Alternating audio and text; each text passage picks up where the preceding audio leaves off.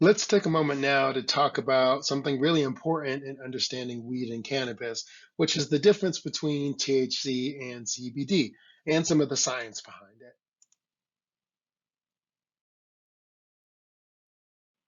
So, first, some vocabulary. We'll be using cannabis as the main way to refer to substances in this module, and cannabis really refers to all the products that you can get from the cannabis plant. You might hear it more colloquially referred to as weed or marijuana, which typically refers to products higher in THC content and used to get high. THC and CBD, for that matter, are chemical substances from the cannabis plant and they mimic what's known as endocannabinoids, which our bodies produce naturally to help us deal with things like pain, stress, or threats to the immune system.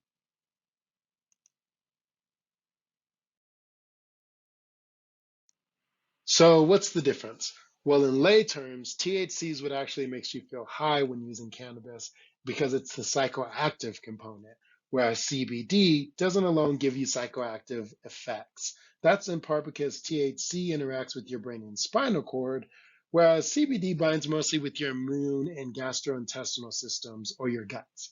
THC is a muscle relaxant as well as stimulates appetite. It can address nausea and spasms whereas CBD is an analgesic, meaning it can relieve pain in the body. Something to note though, the more CBD content that's in a cannabis product, the less THC content there tends to be, and vice versa.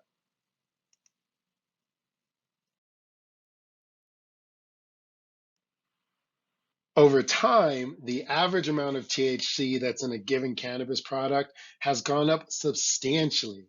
This chart that you're seeing here is from the National Institute on Drug Abuse. Now, forget going back as far as the 70s. The weed we know today tends to have a much higher content of THC or that psychoactive component than even weed from the late 90s. This chart shows that difference over time. There was about an average of 4% THC content in 1995 versus just under an average of 15% THC content in 2019. So, the rise of legalized cannabis from dispensaries has also seen and contributed to an increase in high THC cannabis products available on the market.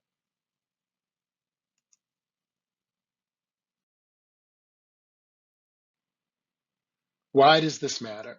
Well, depending on the CBD to THC ratio and how you're consuming cannabis, you can have vastly different experiences, impacts on the body, and outcomes. For instance, the way you take in weed is going to have a pretty large impact on things like how long psychoactive effects last, how fast they kick in, and how your body breaks them down.